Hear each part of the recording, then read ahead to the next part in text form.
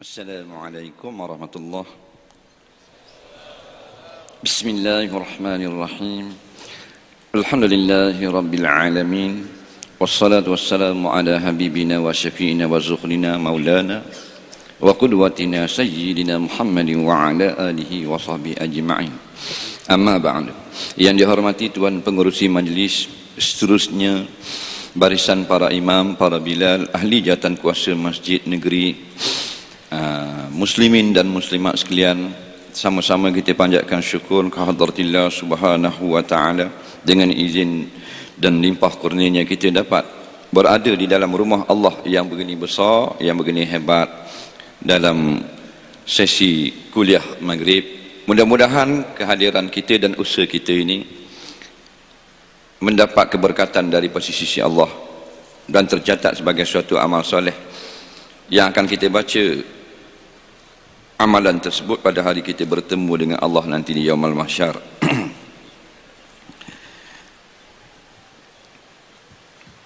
Jadi kita terus kepada pengajian kitab Anak Kunci Syurga. Bukan sambung yang semalam di Ulu Kelang. Yang semalam tu salah baca. Waktu bila kita tanya muka surat, biar betul.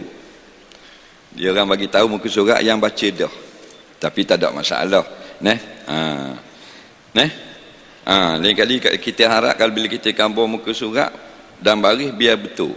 Boleh tak buat satu jawatan kuasa yang akan menentukan benda tu betul? Sebab banyak kali dah salah. Benda yang baca pula. Pasal orang dulu-dulu dia karang kitab. Lagi hebat ulama kita nak tanda tak betul dah. Jadi pada malam ni hak sepatutnya muka surat berapa? Kalau kitab Jawi ni. Jangan salah pula. Katok kepala ni. Mana? Tauhid asma wa sifat.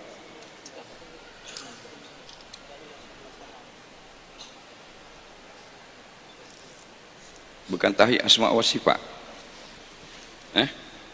Semalam salah dah. Orang yang sama bagi tahu salah. Hak sepatutnya Jadi ada khilaf juga muka surat. Kul inna solati dah. Baik. Jadi kita sudah pun pada tajuk tauhid asma wa sifat.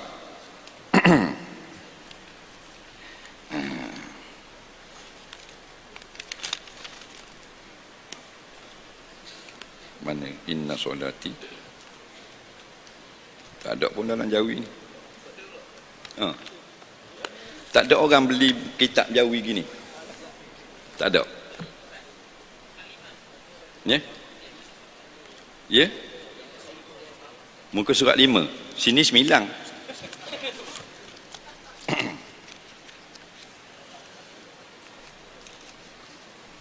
Allahu Rabbi. Ni kitab Jawi ni tak? Siapa ada kitab Jawi? Muka surat satu orang bawa kitab Jawi. Muka surat 5 bawah.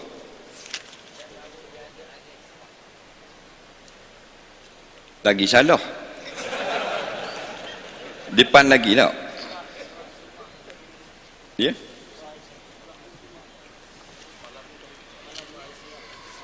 Semalam salah. Depan lagi. Tauhid asma wa sifat. Ke mana? Mana? Muka surat berapa? Tajuk? Mana?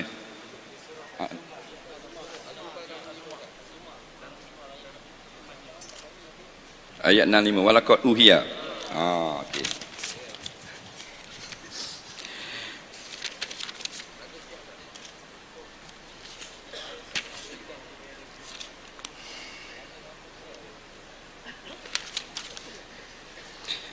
Jadi tauhid uluhiyah juga yang baca dah semalam. Baik, qala al-muallif rahimahullahu taala wa nafa'ana wa iyyakum bi ulumihi fid dharain amin ya rabbal alamin. Kata pengarang rahimahullahu ta'ala, kerana firman Allah subhanahu wa ta'ala, walaqad uhiya ilaika wa ilal ladzina min qablik la in asyrakta la yahbatanna 'amaluka wa la takunanna minal khasirin. Artinya, dan sesungguhnya diberitahu kepada engkau wahai Rasulullah dan kepada sekalian pesuruh yang dahulu daripada engkau, demi Allah, jika menyengutu engkau akan Allah Ta'ala pada ibadat fardu takdir ni, wak lolok kata, niscaya batal segala amal ibadat engkau, dan niscaya adalah engkau dari sekalian yang rugi pada dunia dan akhirat. Ayat ini dibawa datang pada kita malam ni supaya kita benarkan ibadat kita biarlah kerana Allah. Ini yang dikatakan oleh ulama-ulama tauhid uluhiyah, iaitu segala amal ibadat kita, kebajikan kita, jangan kerana lain, biar kerana Allah. Dalam ayat ni kalau Nabi pun mana tidak kerana Allah, tidak diterima. Apatah kita ni umat Nabi. Jadi kesimpulan yang kita buat iaitulah teruskan amalan. Jangan kita berasa duka cita kalau kita ada banyak silap dengan amalan kita lepas. Dan memang kita ni hak banyak silap. Hak kita boleh buat comel bagi yang zahir. Kita boleh beli jubah gini, bayar 100 riyal buat balik jubah. Kita boleh beli piyah. Tapi biarlah hak dalam tu comel kerana Allah. Bila kerana Allah, pakai seluar jin pun Allah terima. Kalau kerana Allah, semayang pakai baju kok, tak pakai jubah, tak pernah pakai baju Melayu seumur hidup, baju t-shirt tu semayang, tapi kerana Allah, hak tu hak paling mustahak. Sebab itulah manusia dia tengok amalan kita hak zahir, Allah tengok hati-hati kita. Baca semua dah hadis sabda Nabi sallallahu alaihi wasallam, innallaha la yanzuru ila suwarikum wa la ila ajsamikum. Sesungguhnya Allah Ta'ala tidak melihat akan rupa parah kamu dan tubuh badan kamu, walakin yanzuru ila qulubikum wa amalikum aw kama qala. Allah melihat akan hati-hati kamu dan melihat akan amalan-amalan kamu. Hadis ni dia bukan beritahu pada kita Allah tak tengok zahir, tapi hadis ni menceritakan maksudnya Allah tidak saja melihat zahir kamu. Bukan Allah tak tengok zahir, Allah tengok hati saja. Tak, Allah tengok zahir dan batin kamu. Zahir kita ni biar molek, batin kita biar molek. Makna syariat dan hakikat.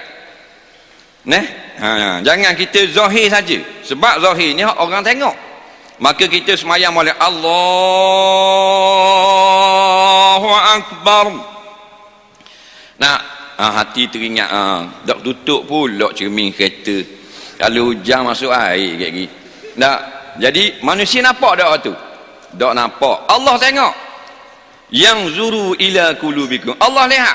Maka rugilah kita, kerana yang kita tengok ni, yang kita tunjuk ni hak comel, manusia nampak. Manusia hanya boleh kata, oh bagus, oh kelas, oh molek, oh lebar, oh warok, oh comel. Hak tu tak boleh tolong kita akhirat. Faham? Sebab tu jaga etik hak Allah tengok. Dah ada setengah orang dia ambil hadis ni, dia kata tak apa zahir lagu-lagu mana pun, batin penting. Betul, I tak pakai tudung tapi hati I baik. Buah ni tu baik daripada hadis ni. Nampak? Tak betul. Zahir pun hukum, batin pun hukum. Maka hakimnya tuang punya hukum adalah Allah Ta'ala. Sebab tu dia ada hukum syarak, dia ada fiqh, dia ada tasawuf. Jadi minta-minta lah, biarlah kerana Allah, semayang kerana Allah, bang kerana Allah, ngajar kerana Allah, mendengar kerana Allah, berjuang kerana Allah. Gua ni munyuk agak ni, tak agak apa? Allah ngundi, tak agak. Tidak kerana Allah. Bila kita kerana Allah, kita telah buat kerja-kerja yang Allah suruh, tak ada kesedihan lagi. Nak sedih apa lagi? Orang yang taat Allah dan Rasul, dia menang dah. Faham? Bukan kita ni akan menang dah. Menang ni sebenar dia. Menang ni taat Allah Rasul. Siapa taat Allah dan Rasul, dia menang dah. Jadi kalau kita jaga sembahyang, jaga puasa, jaga zakat kita, jaga haji kita, jaga aurat kita, menang lagi? Menang dah. Walaupun ngundi kalah. Ni bukan kita nak cerita politik, nak faham. Wa may yuti'illaha wa rasulahu faqad faza fawzan azima. Kata Allah dalam Quran, barang siapa taat perintah Allah, taat perintah Rasul, faqad faza, maka sesungguhnya dia telah menang. Faza ni fi'il madhi. Betul tak Iman? Maknanya dia telah menang. Kalimah yang menunjukkan kejadian yang telah berlaku itu fi'il madhi. Tidak yafuzu, faqat yafuzu, boleh tahan kira. Tak, faqat faza. Faqat tu duduk, jawabnya dia telah menang. Nampak? Jadi kalau kita taat Allah, menang dah. Orang tu menang kau ni pilihan raya lambat lagi. Jangan kait pilihan raya. Siapa taat Allah taat Rasul, faqat faza, dia telah menang. Menang mana? Menang tipis, menang satu undi. Tak, fauzan azima, akan sebagai menang besar. Allahu Rabbi. Jadi malam ni kita menang tak? Menang lah, pasal kita taat perintah Allah. Boleh tunai solat maghrib. Ramai mana orang yang kalah di luar sana, dia tak berjaya menunaikan solat maghrib. Kalah ke menang? Itu masalah. Dah? Jadi Allah akan tanya kita membuat ke tak? Allah tak tanya kita mau menang ke kalah. Bila kita buat perintah Allah, maka orang tu telah menang. Orang yang derhaka kepada Allah, dia kalah dulu, kini dan selamanya. Pastikan diri kita di pihak yang menang, yang dalam ayat ni kata faqad faza fauzan azima, maka sesungguhnya telah menang, akan sebagai menang yang sangat hebat, menang besar, menang banyak. Menang lagu mana? Dapat syurga Allah. Nak syurga, 4 perkara ulama buat. Syarat. Yang pertama, iman. Yang kedua, ilmu. Yang ketiga, amal. Yang keempat, ikhlas. Ulama kerja dia duduk kaji benda gini. Bila kaji-kaji buat rumusan supaya manusia ikut kajian dia, selamat di akhirat. Tu ulama. Dia tak kaji maknanya tujuan untuk mana kalau buat gini boleh piti banyak, ulama kata. Tu bukan kerja ulama. Tu kerja pakar ekonomi. Jadi digariskan 4. Yang pertama, beriman. Nak syurga mesti beriman. Kalau bukan Islam, tidak beriman, tak dapat syurga. Walaupun minat nak masuk syurga. Orang yang kuat nak masuk syurga, Yahudi Nasara. Siapa dia balah. Bila orang Nasara lalu, Yahudi kata, dia jelek. Orang Nasara tak masuk syurga, Yahudi masuk syurga.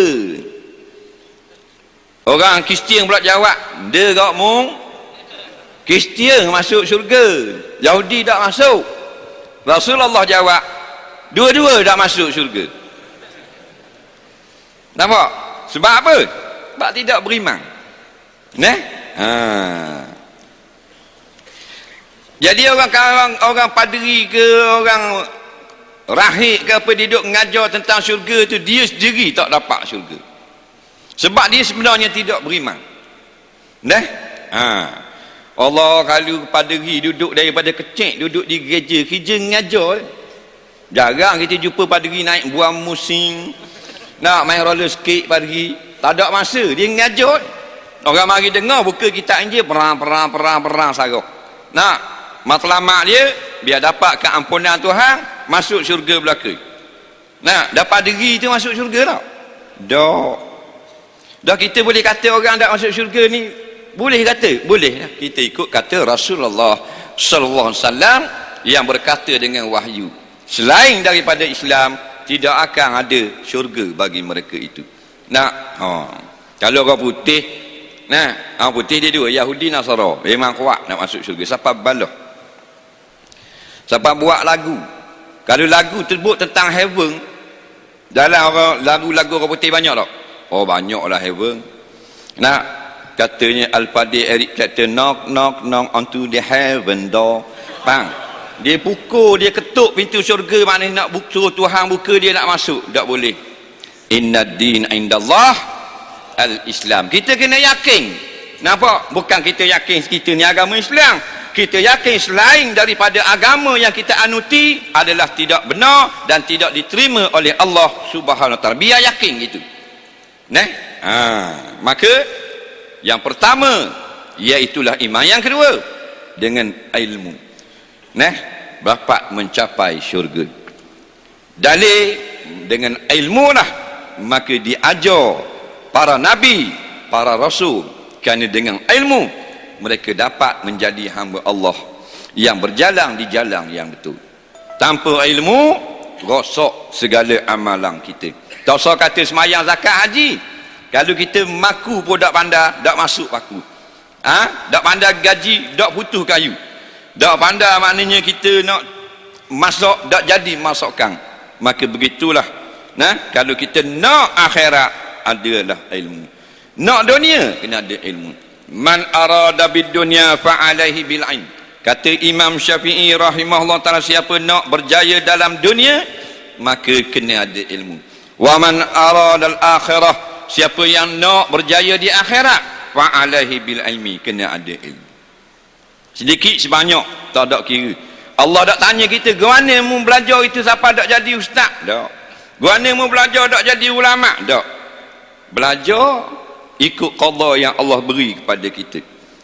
Walaupun kita tak pandai, 8 orang guru, 7 orang guru dah belajar Quran, tetap juga ghairi magdu, hukumnya sah semayang dia. Kerana dia tu tidak ada kebolehan, tapi dia ada kerajinan. Dia tidak lalai lagi belajar. Maka buka kitab fiqh mana pun sah dah semayang walaupun ghairi magdu, pasal dia rajin belajar. Allah tak tanya kenapa mudah pandai belajar Ramadan, tak apa. Sebab bila kita mari dengar, kurang-kurangnya kita tahu hak mana hak betul, hak mana yang salah. Dan yang betul tak semestinya kita mampu berbuat. Ramai mana orang lama dah duduk belajar Quran, masih bacanya tak betul-betul. Tak apa, asal dia belajar. Yang ketiga pula, mestilah ikhlas. Kena amal. Jangan ilmu saja, kena beramal. Yang ketiganya amal. Ilmu banyak macam kitab je lah, duduk dalam robok. Balik ngaji, sewa trailer, buat balik kitab. Lepas tu susun, pakat beli robok tepah. Belakang ni hadis 600 biji. Ni tafsir 800. Ni pula fiqh penuh bilik. Bagus, tapi biarlah ilmu itu seboleh-bolehnya. Al-ilmu fis sudur. Ilmu itu di dalam dada kita. Biar kita jadi berjalan, kita jadi kutub kanah yang bergerak. Jadi kena amal. Nampak? Yang terakhir sekali ikhlas. Kalau amal tidak ikhlas, ni lah, tidak ada tauhid uluhiyah. Kerana lain, bila kerana lain lengah saja kita. Lengah saja kita buat amal. Kalau hak jenis mana bayar zakat sampai beribu-ribu keluar zakat, tapi niat nak menunjuk-nunjuk kat orang, tak ada pahala. Sedangkan kita nak segala-galanya Allah terima belaka, walaupun benda hak kecil. Sebab sekurang-kurang orang yang paling kurang sekali masuk syurga Allah, dia akan dapat duduk di dalam syurga tanah seluas negeri Syam sampai ke Yaman. Ini disebut dalam hadis Nabi sallallahu alaihi wasallam. Maknanya hak paling komang sekali lah. Orang yang paling komang sekali masuk syurga, dia dapat tanah daripada Syria sampai hujung Yaman. Allah, besar. Ada orang dalam negeri Selangor tanah besar tu? Tak ada. Daripada Yaman sampai kepada utara Syria. Besar. Tu hak paling komang sekali masuk syurga. Dah kalau Tok Imam tak tahu, Tok Imam, Tok Bilal, tak, ulama-ulama wali Allah, maksudnya tu hak kita nak. Biarlah sikit ke banyak ke, kita nak syurga Allah. Maka nak syurga Allah, kita biarlah lillahi rabbil alamin.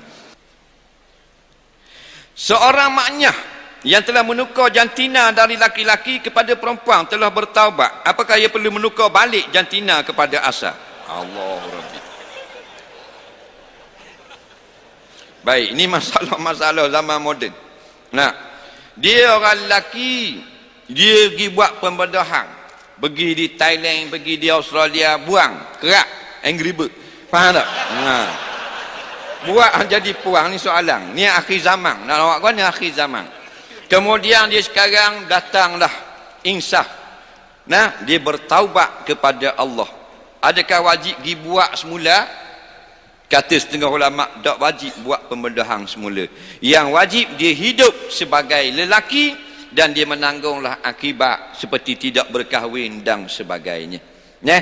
Kerana benda itu yang sebenarnya berbahaya. Nak masuk semula boleh tak? Boleh tak? Tak boleh nak pergi buat, tak jadi benda dan berbahaya kepada nyawa, maka dia tidak berkahwin dan dia kena tanggung akibat kesalahan. Mudah-mudahan insaf dia itu diterima oleh Allah. Tak usah baiki dah. Melainkan kalau jenis tidak berbahaya. Kata setengah ulama, umpamanya kalau dia buat pembedahan plastik, dia buah plastik dalam dada dia. Nak suruh nampak kopek dia macam orang puang. Kan dia buah plastik dalam. Silikon tu basic plastik lah. Macam beledi yang orang jual pasar malang tu juga plastik. Tapi hak canggih, nama silikon. Faham tak? Sebab tu dia tak panggil pembedahan silikon, dia panggil pembedahan plastik. Kerana base dia tu plastik putih-putih gitu. Jadi silikon dia masuk. Faham? Okey. Maka dia toreh balik, buang jadi lelaki. Mudarat tak? Minor operation. Wajib kena buang semula. Faham? Sama dengan masalah tattoo. Orang Islam buat tattoo wajib buang balik. Faham? Walaupun sakit, tetapi kalau buang balik mudarat nyawa kerana terlapar banyak. Dia Islam buat tattoo wajib buang balik. Orang kafir yang ada tattoo masuk Islam tak wajib buang, tapi orang Islam wajib buang balik.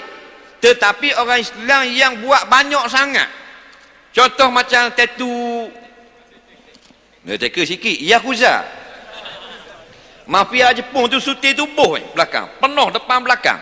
Kalau buang balik jadi cacat, tak boleh nak jalan, kulit tak ada habis. Maka kalau keadaan gitu, maka dia haruskan tidak membuang. Gitu juga keadaan dalam bab tukar jantina, bila potong dah nak masuk balik memang berbahaya, major operation, maka tak wajib dah.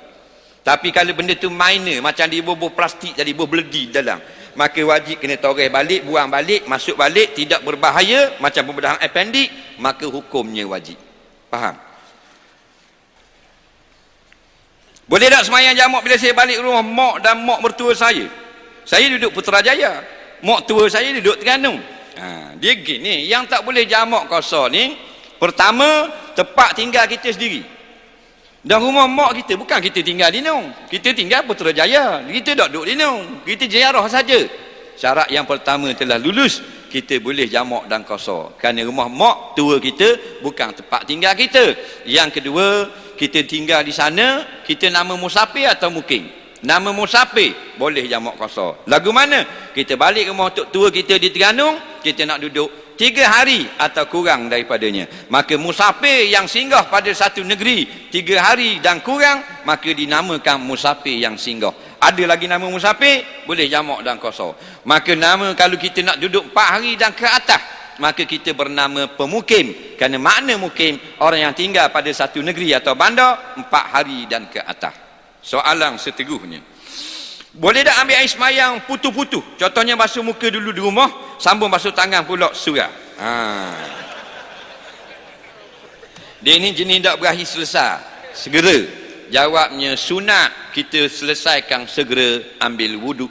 Kerana Nabi SAW pernah ambil wuduk 2 tempat. Nampak? Di pasar dan di masjid.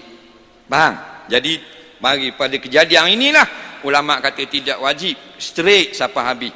Umpamanya kita basuh muka di rumah kita, niat mengambil wuduk. Kemudian kita pergi di bandar, di pejabat pos nampak pakai air, kita basuh tangan, tak ada masalah, atau surat ke kawan kita. siapa di pada tengah jalan berhenti di masjid, basuh kepala pula. Last sekali kita basuh di kaki kita di balai raya setelah ambil wang ihsan. Boleh? Tapi jangan buat lagi tu hukum pekoh saja, bukan suruh buat. Hukum laki-laki sipang rambut yang panjang. Jawabnya, sipang guanya, sipang dalam laci ke dalam sipang di rumah? Sipang di kepala dia. Orang laki-laki boleh berambut panjang, tapi jangan sampai bila orang tengok, puang, laki. Jadi orang kata perempuan tak boleh. Panjang, tapi orang masih mengatakan lelaki.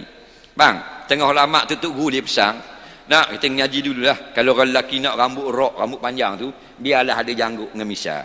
Nak, bak boleh tengok, lelaki selalu dah. Tak ada orang kata, perempuan ada janggut. Orang kata gitu. Jadi biarlah kita ni orang tengok lelaki. Sebab tak wajib cukup kepala watak. Ulama mesti kata tak wajib pun kita cukup kepala macam budak-budak ngaji pondok. Cuma lebih baik pada zaman sekarang dia cukup kepala rambut pendek molek. Pakai piah pun sedap, tengok pun jangok molek. Tak? Tapi berambut panjang tidak salah. Pakai jubah comel, masuk serban, masuk piah, masuk gami, rambut panjang. Nampak macam rok pakai jubah, dah ada masalah. Cuma kat kita ni nampak pelik.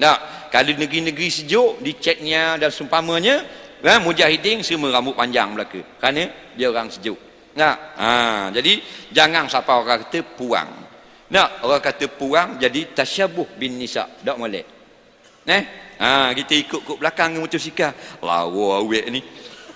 Ikut belakang, dada ada cang boleh potong. Tengok misal macam ke batu ngasuh. Nampak balik aku cih jatang aku ingat puang. Jadi nyanyi kau orang habis saja minyak 3 rial. Saya kerja di syarikat kepunyaan isteri saya yang agak besar. Gaji saya 6,000 sebulan. Toke bini dia kerja dengan bini dia. Tapi dia bagi 3,000 saja ke saya 3 sebulan. 3,000 lagi dia sipang sebab dia kata saya tak boleh ambil gaji penuh. Sebab dia takut saya kahwin seorang lagi. Apakah hukumnya dia tak bayar yang lebih itu? Berlaku juga gini. Hak dulu soalan lebih kurang gini juga. Suami jadi toke, isteri kerja. Faham? Jadi bila isteri kerja, isteri yang jaga duit suami. Soalan dulu dah saya lupa di mana. Jadi isteri ni dalam dia kerja, dia menjadi accountant suami. Dia menyimpang duit suami tanpa izin. Tapi bukan untuk belanja, simpang sahaja. Sampai ratusan ribu. Tujuan dia buat gini supaya suami dia ni tidak banyak sangat duit. Sebab suami dia kalau banyak duit nak kahwin seorang lagi. Sama lebih kurang gini. Tapi hak ni dia lain sikit. Hak ni suami kerja dengan isteri. Isteri toke jadi manager, tuang punya syarikat. Patutnya gaji 6,000, isteri bayar 3 saja. Jadi boleh ke tak isteri dia tu hanya bayar 3,000? Jawabnya kita setuju ke tak? Kita setuju. Setuju tak ada masalah. Dia sipang untuk kita. Kita tak setuju, kerja dengan orang lain. Betul tak? Tujuan isteri tak berbagi baji penuh, takut dia pergi nikah pula seorang lagi. Sebab apa? Dalam borang poligami mesti ada 4,000. Gaji ni 3,000 tak cukup lah. Pandai juga bini dia pergi cek jabat agama. Jadi masalah kahwin tu hari masalah duit simpang tu kalau dia tahu, dia boleh minta balik dengan isteri dia, gaji saya nang, apa awak bayar 3. Saya bayar 3 sebab saya takut awak kahwin seorang lagi. Lepas tu selesai molek. Sekarang ni saya nak balik 3,000 lagi. Jadi isteri dia nak bagi ke tak? Tak mau bagi, kerja kat lain. Senang tak? Selesai masalah.